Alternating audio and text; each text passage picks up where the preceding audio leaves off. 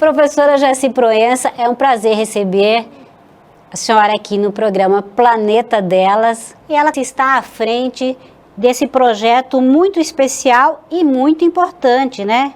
É um projeto que interessa muito a nós, mulheres, que é o ciclo de palestras, o que tem gerado o aumento da violência contra a mulher. São palestras que estão sendo realizadas nas cidades dos municípios aqui do interior do estado de Mato Grosso. Qual é o objetivo principal dessas palestras, professora Jaci? Bom, Gabriela, até antes de responder exatamente qual que é o objetivo, eu vejo que é necessário contextualizar um pouquinho isso. Por quê? Eu apresentei um projeto à Assembleia Legislativa que foi muito bem acolhido.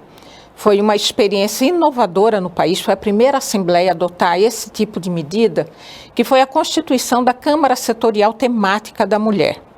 E qual que era o propósito dessa Câmara? Era fazer um levantamento de toda a legislação existente no Estado e políticas públicas voltadas exatamente para a garantia dos direitos da mulher e combate à violência. Eu idealizei esse projeto, assumi a presidência desse projeto no segundo ano, após a desembargadora Maria Herotides, e, portanto, percorremos o Estado realizando audiências públicas. Elaboramos um relatório final apontando uma série de propostas, né, de legislação e de políticas públicas a serem adotadas no Estado. Eu creio que para este ano vai ser entregue um exemplar desse relatório a cada prefeitura, a cada Câmara, a cada órgão de Estado, a própria Assembleia Legislativa, para servir de balizamento na adoção de ações a serem desenvolvidas. E, por conseguinte, deveria se constituir, creio que para esse ano também isso ocorrerá, a constituição de uma Secretaria Especial da Mulher na Assembleia Legislativa, que viria exatamente acompanhar toda a implementação dessas políticas no Estado. Isso seria o resultado do seu trabalho? Do primeiro trabalho.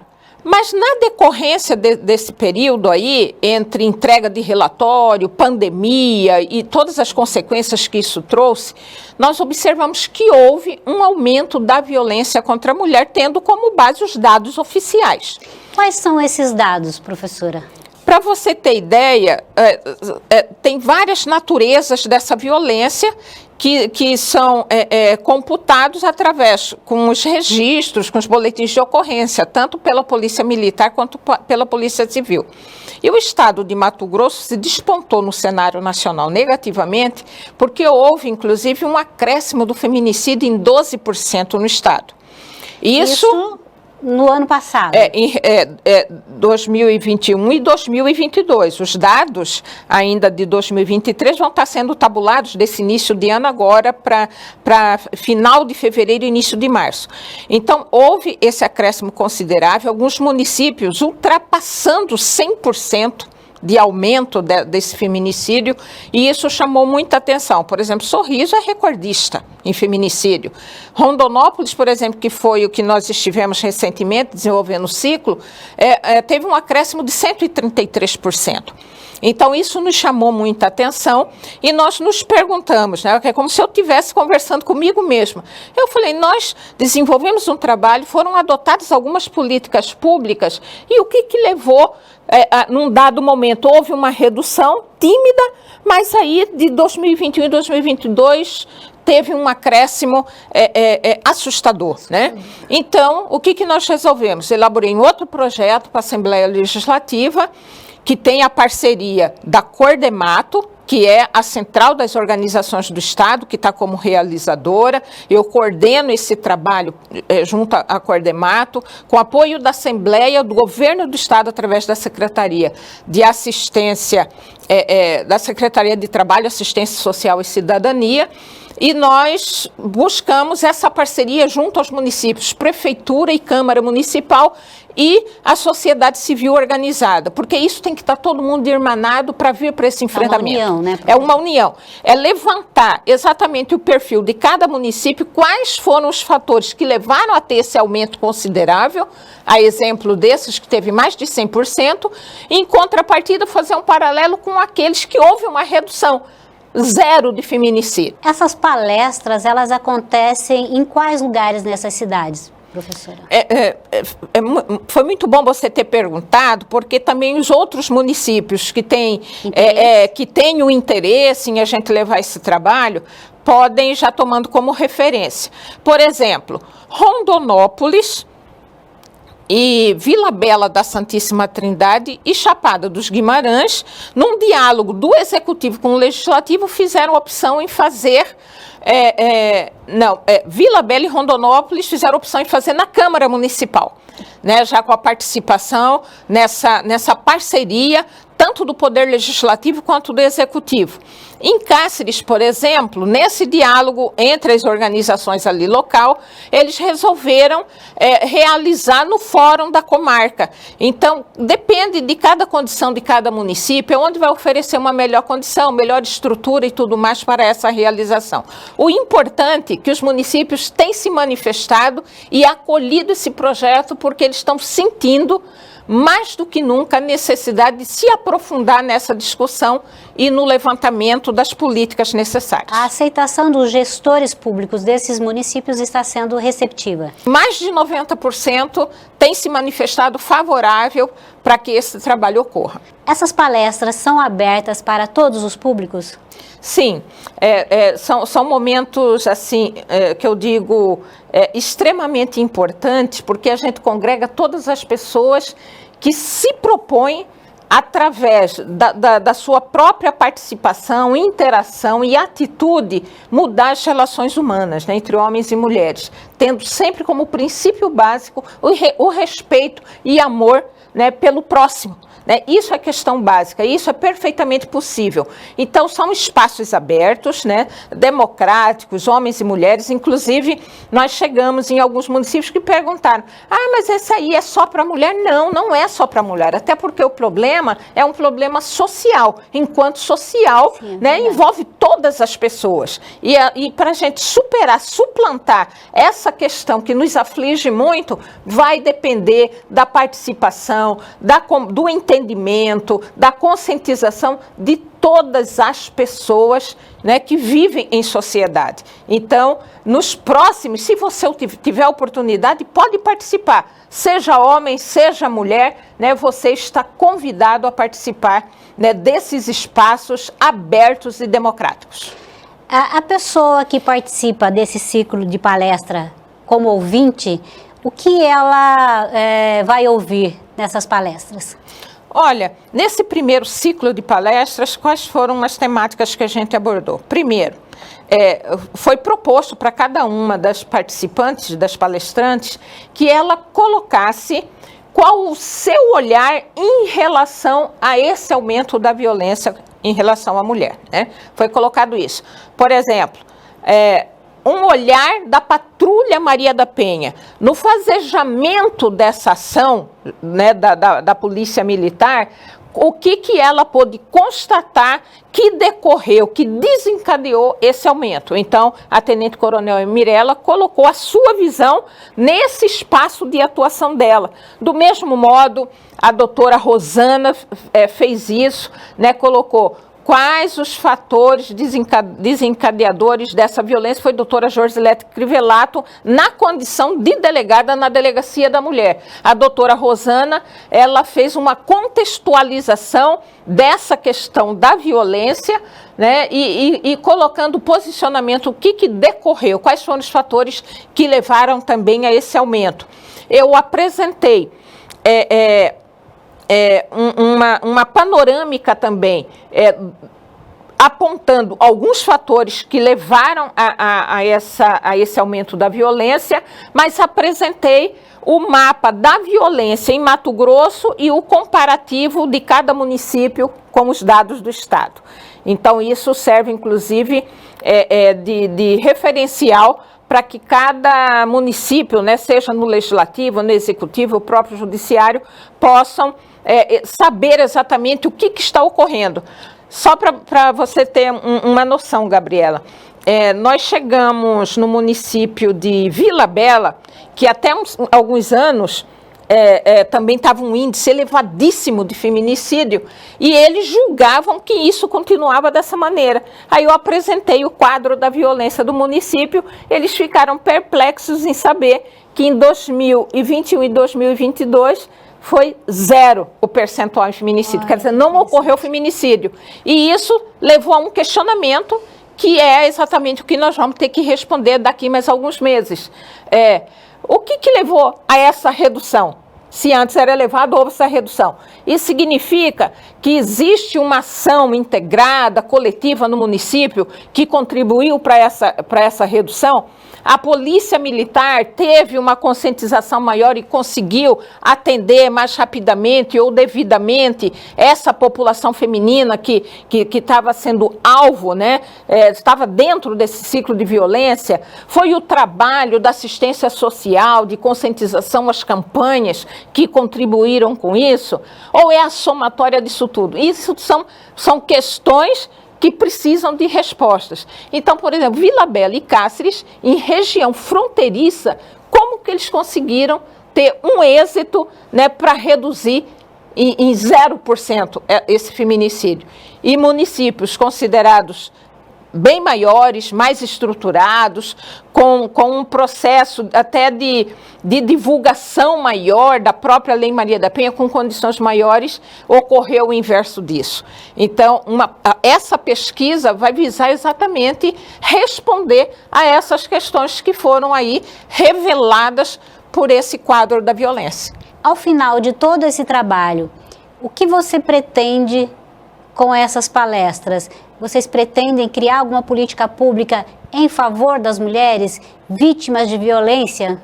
Com certeza. Eu já posso até dar um exemplo bastante concreto. Nós estivemos na primeira realização do ciclo, foi em Rondonópolis, no dia 24 de janeiro.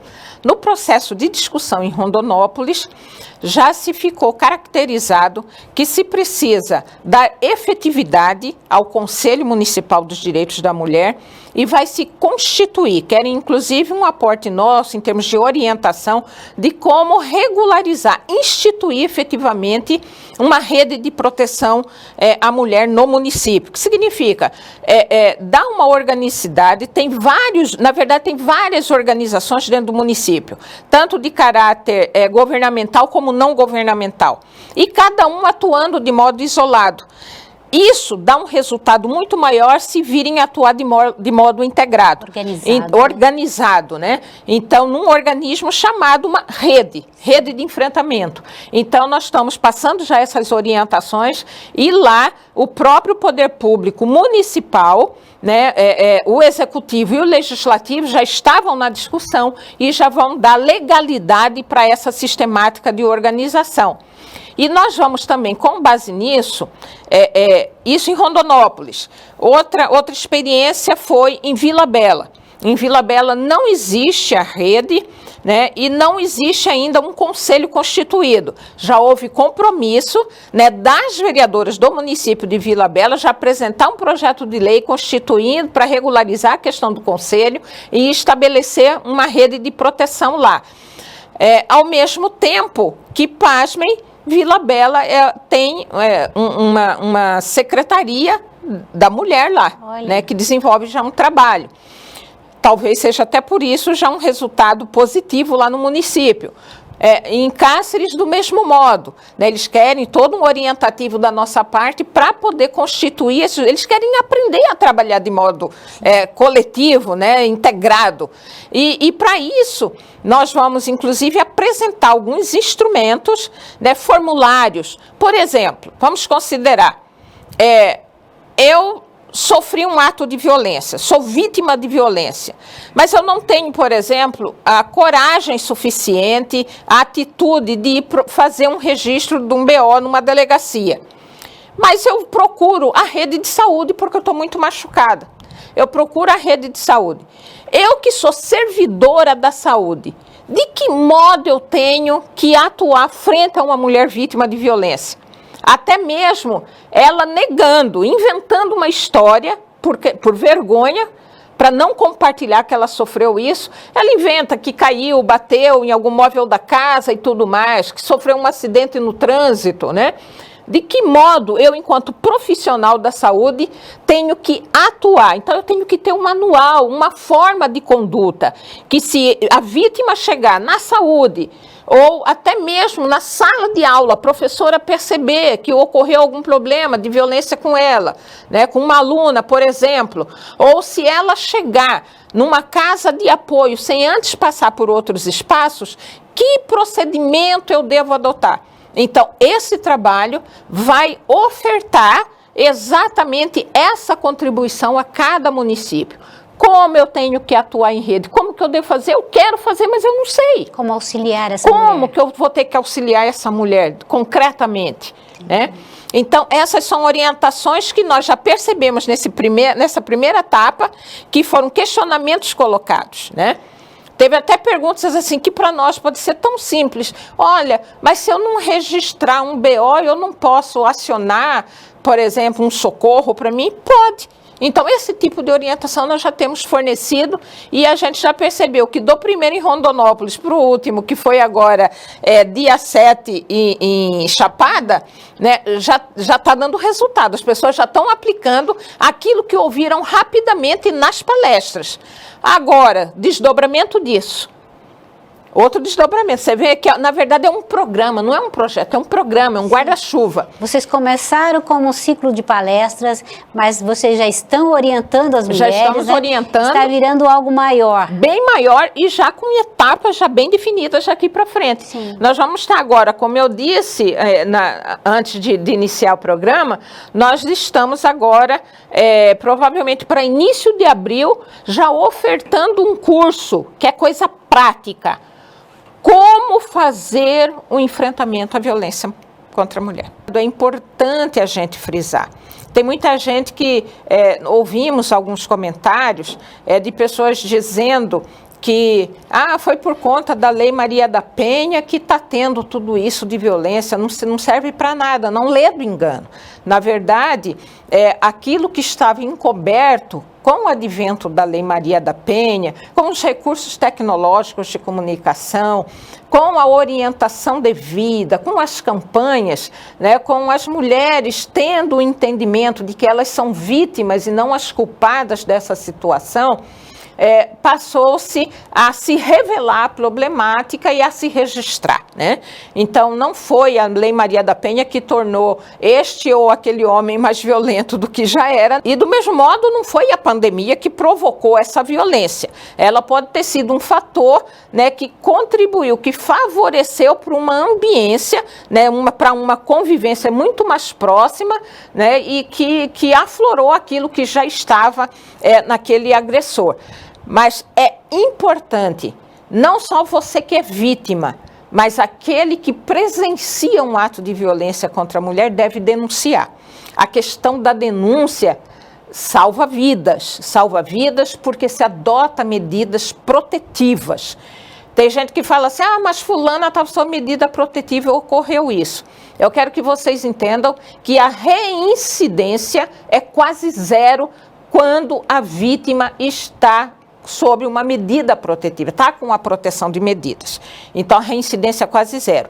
Então, isso é importante registrar. E se não tiver se o poder não tem a informação através de uma denúncia, através de um registro, é impossível a Polícia Militar, a Patrulha Maria da Penha, uma Defensoria Pública, uma rede de proteção, prestar um serviço para quem ela sequer sabe que está enfrentando essa problemática, essa situação do ciclo de violência. Então, é importante esse registro. Então, portanto, deixo aí esse recado, acionem, né, o 180, acionem o 100, acionem o 190, procure uma delegacia, procure um organismo que compõe a rede de proteção do seu município. Não fique calada, porque aí as consequências disso podem ser dramáticas, drásticas. Nós queremos preservar a sua vida. Então, procure os recursos que já estão disponíveis. Vocês já têm algumas cidades definidas para as próximas palestras? Olha, na verdade, nós já temos municípios se manifestando, cobrando a nossa presença. E eu quero até aqui colocar que, por exemplo, o município de Nobres, tão logo eles viram a realização, né, pela mídia, o realizado em Rondonópolis, eles já me ligaram e já solicitaram que a próxima etapa nós temos que estar lá em Nobres, né, do mesmo modo que nós queremos estar em Sorriso, queremos estar em Colíder, né, que são municípios que já manifestaram interesse. Então, na verdade, tem uma série deles, os 141, né, quase que os 141, estão já assim, ansiosos, aguardando a realização desse trabalho. Por exemplo, eu sou gestora de um município aqui no estado de Mato Grosso. Está acompanhando a entrevista, né? Chamou a atenção. E aí eu gostaria que fosse realizado um ciclo de palestra na minha cidade, no meu município.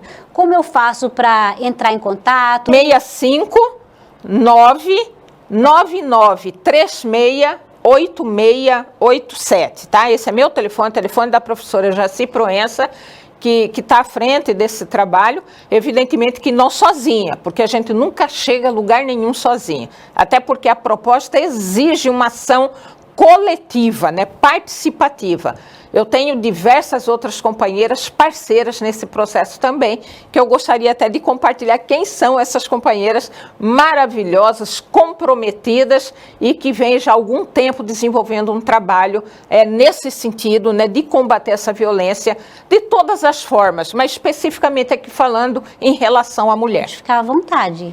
Eu tenho como uma grande parceira a Tenente Coronel Emirela, eu falo Coronel Emirela, né, que é a coordenadora exatamente desse programa, né, junto à Polícia Militar, que é o programa da Patrulha Maria da Penha. Eu tenho a contribuição fenomenal da doutora Kátia Arruda, né, que é mentora em empreendedorismo feminino e é mestra em comportamento humano. Eu tenho participação de uma pessoa que é extremamente conhecida pela luta que desenvolve também, que é a doutora Rosana Leite, né, que é defensora pública no nosso estado. Eu tenho a contribuição da desembargadora Maria Erotides, né, que percorreu também esse estado em outros momentos, junto à Câmara Setorial Temática, fazendo exatamente dando essa contribuição efetiva. Conversei com a desembargadora Maria Helena Povas também, que falou que, na medida do possível, ela pode estar contribuindo, participando, indo aos municípios também, deixar sua parcela de contribuição. Nós temos a doutora Eliane Chunacalo, né, que é dos Bacairis, nossos parentes Bacairis. Ela é a presidenta da FEPOINT, que é a Federação, né, dos Povos Indígenas de Mato Grosso. Nós temos doutora Jorzilete Crivelato, ela é a delegada da Delegacia Especializada da Mulher aqui em Cuiabá. E nós temos tantas companheiras que estão aderindo a esse trabalho, vindo somar conosco, que eu talvez passaria aqui um longo tempo anunciando. Pode esquecer de alguém, né? Não posso esquecer, mas nesse primeiro momento foram essas companheiras, né, que estiveram conosco, já dando a sua contribuição efetiva, e as demais vão vindo somando à medida que a gente for expandindo esse projeto que sai para os 141 municípios. Nós agradecemos muito a sua presença aqui no programa Planeta Delas.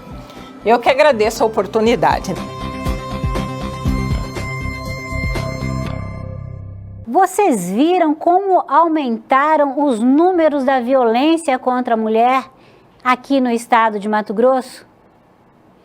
A você, mulher, que passa por isso, denuncie, não fique calada diante da violência doméstica. Denuncie. Entre as denúncias que podem ser registradas estão a situação de violência física, como, por exemplo, empurrar, chutar, amarrar, bater e violentar a mulher.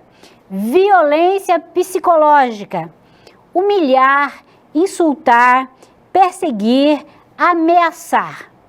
Violência moral, caluniar, injuriar e difamar. Violência sexual, pressionar para o ato da relação sexual. e negar o direito ao anticoncepcional, violência matrimonial, reter o dinheiro da vítima, destruir ou esconder bens, não deixar a mulher trabalhar. Para registrar a ocorrência por telefone, basta ligar para o 190, 197, 180 e 181. As denúncias são realizadas em sigilo. Em Cuiabá, a Delegacia Especializada de Defesa da Mulher funciona na Rua Joaquim Murtinho, número 789, no Centro-Sul. Em Várzea Grande, a Delegacia Especializada de Defesa da Mulher, da Criança e do Idoso funciona na Rua Almirante Barroso, 298, também no Centro-Sul, próximo ao Terminal André Maggi. Se você perdeu algum programa, alguma entrevista e quiser rever, entre em nosso canal no YouTube. Estando lá, não se esqueça de dar o joinha, se inscrever, ativar o sininho. Ativando o sininho, sempre que tiver um vídeo novo, você será avisada. Você estará ajudando o canal do programa Planeta Delas no YouTube a crescer.